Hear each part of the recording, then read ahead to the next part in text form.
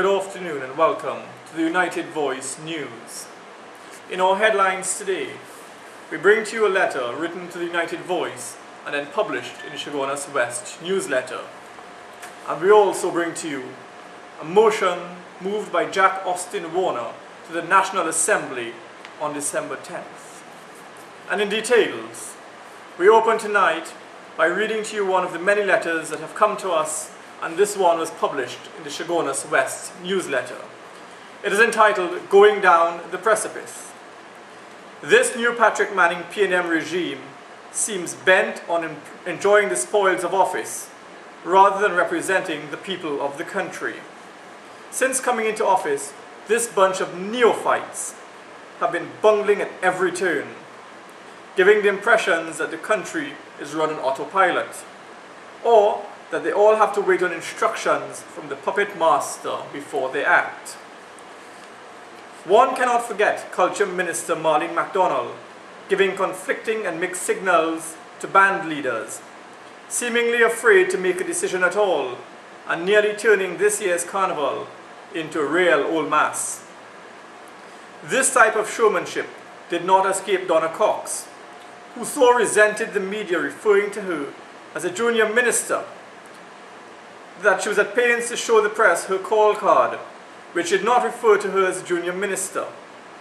Patrick's angels continue to evoke laughter at every turn, as the education minister was able to achieve what was virtually impossible by showing that Hazel Manning was a better minister than she was. She has no clue about solving problems in the education system, making sly about her predecessor's breakfast faux pas, school violence and pornography, and everyday occurrences. While all this is happening, the regime has adopted a blame game to deflect from their lack of performance. In Parliament, the PNM tries their utmost to avoid debate on serious issues such as crime, and instead they use every trick in the book to filibuster and waste precious time congratulating themselves on inane presentations.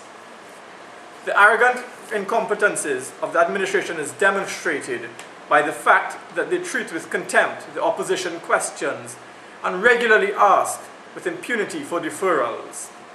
Never before has this country experienced such hardships as inflation's out of control, with food prices averaging a 20 to 30% increase in the last year.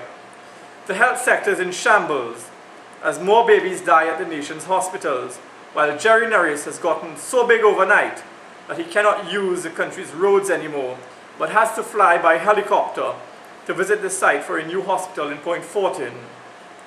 In this country of plenty, people are crying out for drinking water, an efficient road network, and jobs which would preserve the dignity of the local labor force. Instead, they are met with threats of increased water rates, the removal of gas subsidies in order to reduce the amount of cars poor people use on the roads, and an increasing influx of Chinese labor. The roads are now in the worst condition ever possible, and people have to mount protests by burning tires and other debris just to get the attention of the ministers and those who represent them.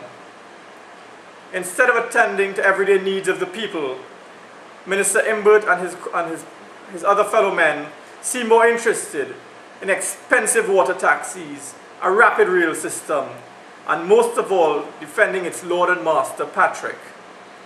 Blood is flowing in the streets, and Patrick is safely ensconced in his new mansion, while the country continues to go down the precipice.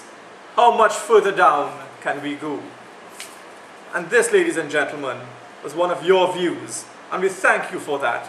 And we invite you to continue sending your views and your comments to our email address, theunitedvoicenews@gmail.com, and we say thank you and good day. May God bless you all.